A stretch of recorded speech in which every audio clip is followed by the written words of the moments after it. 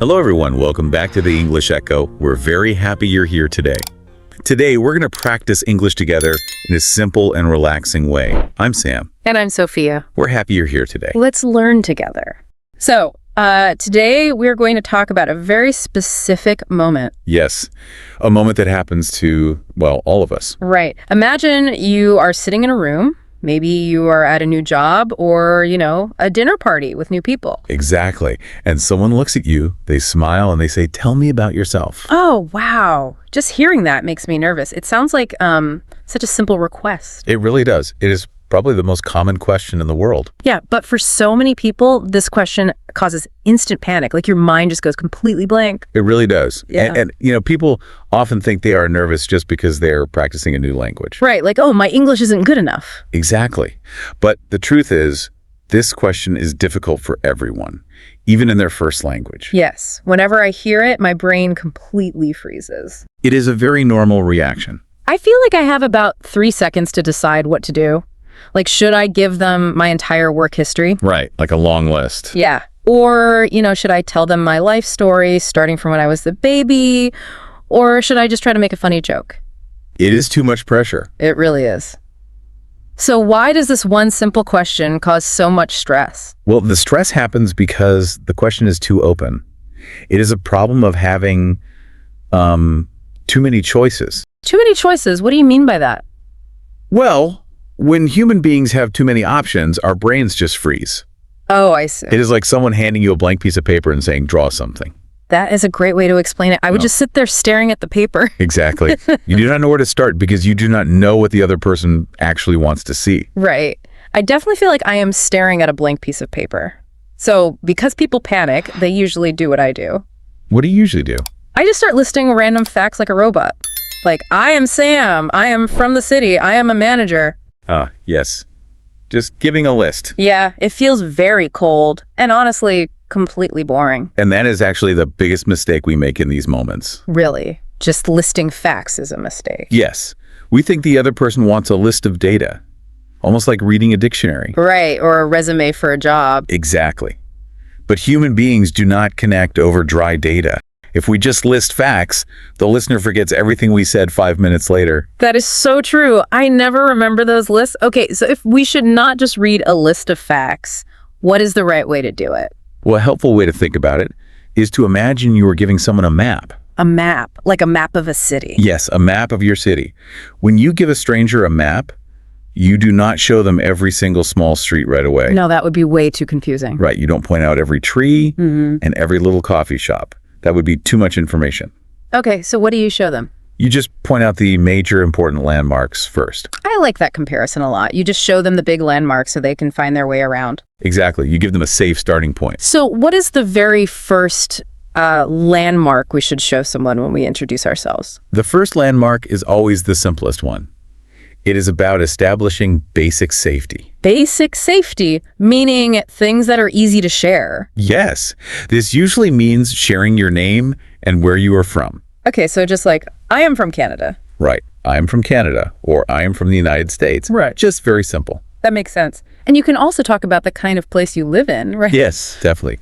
You can give a little more detail to paint a picture. Can you give an example of that? Sure. You might say, "I live in a big, busy, noisy city. I have a small but very nice apartment." I see. So these simple details, country, city, or town, house, or apartment, they paint a quick picture for the listener. Exactly. It helps them see where you are. And what about age? Is that a good landmark? Yes, mentioning your age is an easy fact to share if you want to, like saying, "I am 25 years old," or "I am 28. Okay, so that is the first landmark. But logically, why do people care where we are from? What do you mean? Well, most of the time, the person asking has never even been to my hometown, so why does it matter to them? It matters because of how our brains organize information. Oh, okay. How so? When you tell someone where you are from, you are helping their brain put you into a category in the world. It provides context. Right, it gives them a place to start. Exactly. But more importantly, you are offering them a chance to find a connection. A connection with a stranger. Yes. They might think, "Oh, I have a friend from that city," or "I always wanted to visit Canada." Oh, I see. It builds an instant bridge between you and the other person. Exactly. You are giving them a piece of information they can use to relate to you. That makes a lot of sense. But I want to ask about the next standard topic. Okay, what is that? Usually, right after we say where we are from, people start talking about their jobs. Yes, moving to work or studies is the most common next step. Right. People say, I am an accountant, or I am an engineer. We spend most of our days doing these things, so it is a very big landmark on our map. But here is my problem with that. If I immediately start talking about my job, do I not box myself in? Box yourself in. Yeah, like if I say I am a software developer, the listener immediately makes a dozen assumptions about my personality. Ah, I see what you mean. They might think, I only care about computers and that I am not a social person. That is a very fair point. If you only give a job title, you are letting their assumptions tell your story. Right. They just put a label on you. Yes. But the secret here is to explain a little bit more. You have to add the why. Add the why. What does that mean? It means you do not just state what you do, you share why it matters to you. Oh, okay. Can you give a simple example of how to do that? Of course. Let's look at two ways to say it. Someone could say, I am an English teacher and I love my job. Okay. That is simple and friendly. Or someone could say, I am a student. I study art. I study art. But that is just the label, right? Exactly. So to add the why, the student can add one simple detail. Like what? They can say, I study art, I love to draw and paint because it is very fun and creative. Oh, I see the difference. The first way is just a title, but the second way shows your actual passion. Yes. It changes the fact into a human story. By explaining why you like your job or your study, you break the assumption. You show them your unique personality. Exactly. You move from being just a category to being a real person. That is a powerful shift. Yeah. Adding just one short sentence makes the introduction much more interesting. It really does. It shows that your work is a choice, not just a label. Okay, so we have our location and our work.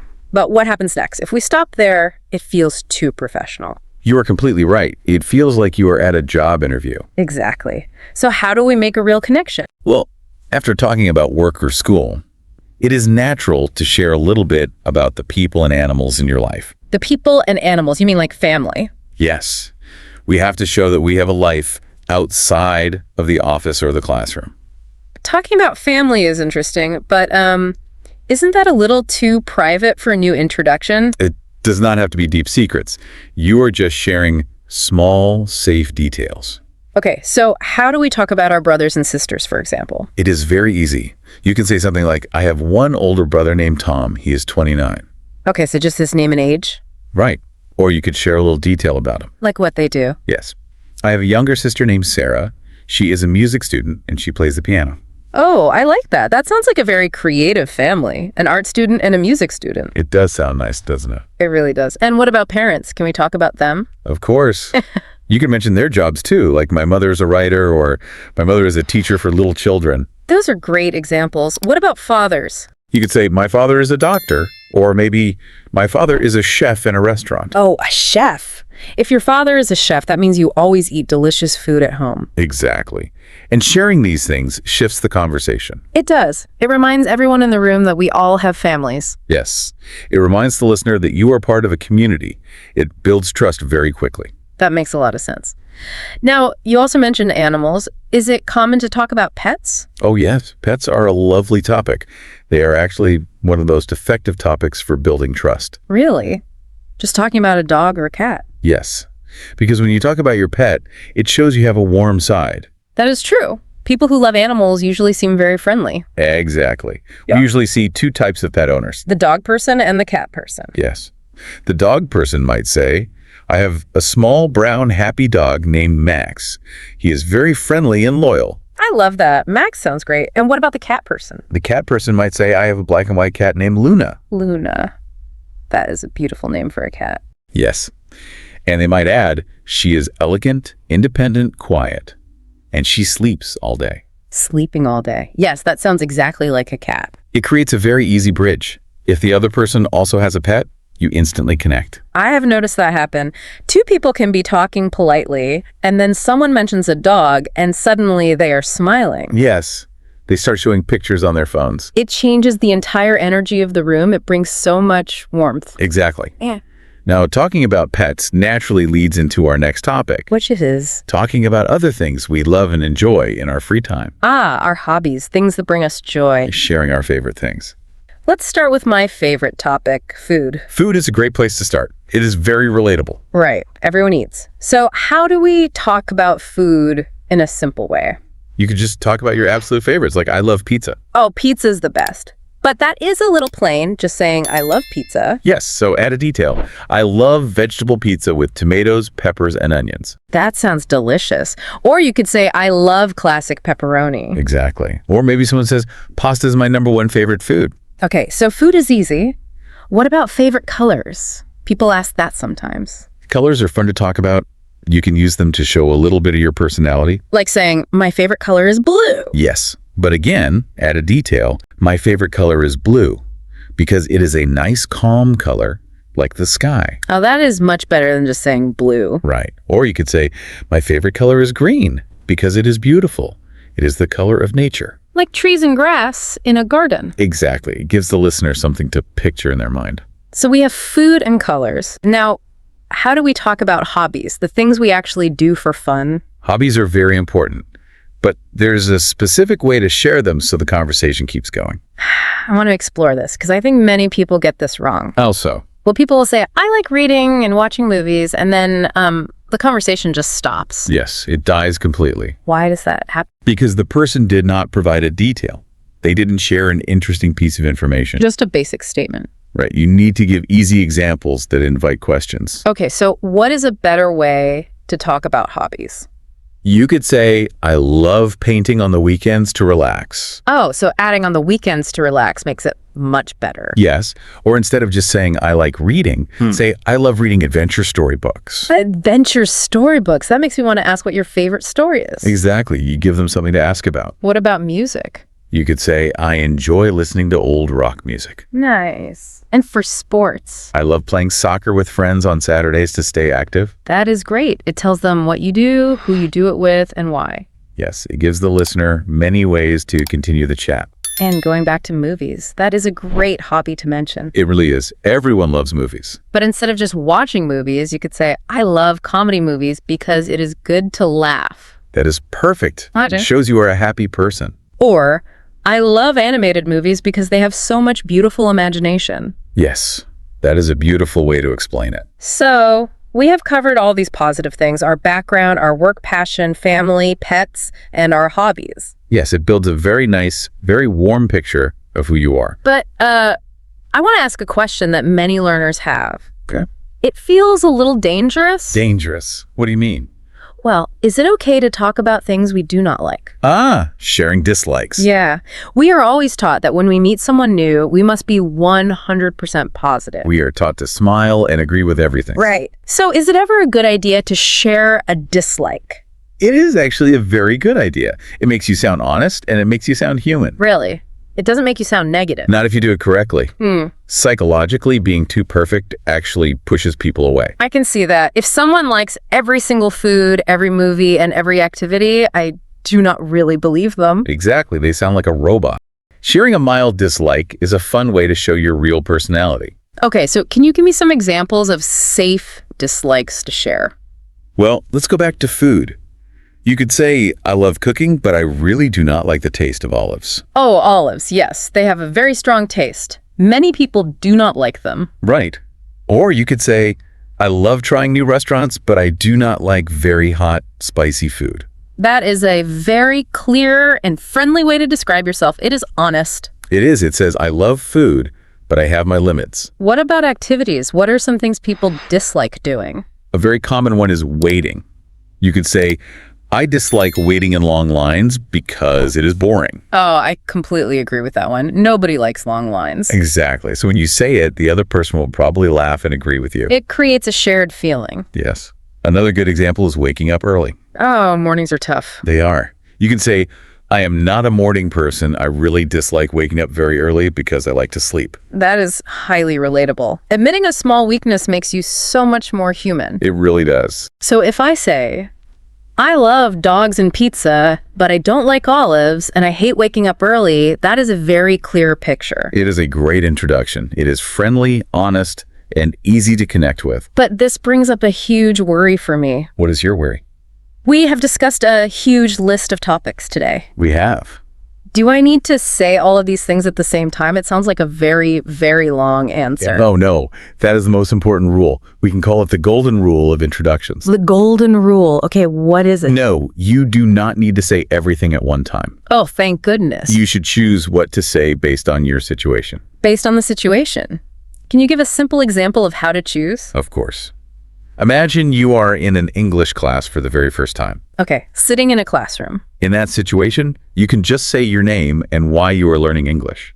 Oh, right, because everyone there is a student too. Exactly. They don't need to know about your cat right away. Right, but what if the situation is different? What if I am at a party? If you are at a party, it is completely different. You might say your name and then talk about a hobby. Like painting or listening to music. Yes, because talking about music at a party helps start a new, fun conversation. You match your answer to the energy of the room? You read the room, and you pick the best landmark from your map to share. That is a beautiful idea. It really takes the pressure off. It does. Tell me about yourself is not a scary question. It is simply an invitation. Exactly. It is an invitation to share a little bit about yourself. And maybe begin a new friendship. Yes. Just remember to keep your sentences simple, be friendly, and always remember to smile. That completely changes how I think about introductions. It is not about listing history. It is about guiding a connection. It is an opportunity. Well, before we finish today, I want to leave everyone listening with a final thought. Something for them to think about on their own. Exactly. When you answer this question next time, think deeply about the facts you choose to share. That is very important. Ask yourself, are the things you are sharing actually telling the story of who you are today? Because we all change. Right. Or are you just repeating the story of who you used to be 5 years ago? We change, our passions change, and our introductions should change too. Make sure you are introducing the person you are right now. Thank you for listening to The English Echo. Keep practicing English every day. Small steps can make a big difference. See you in the next episode.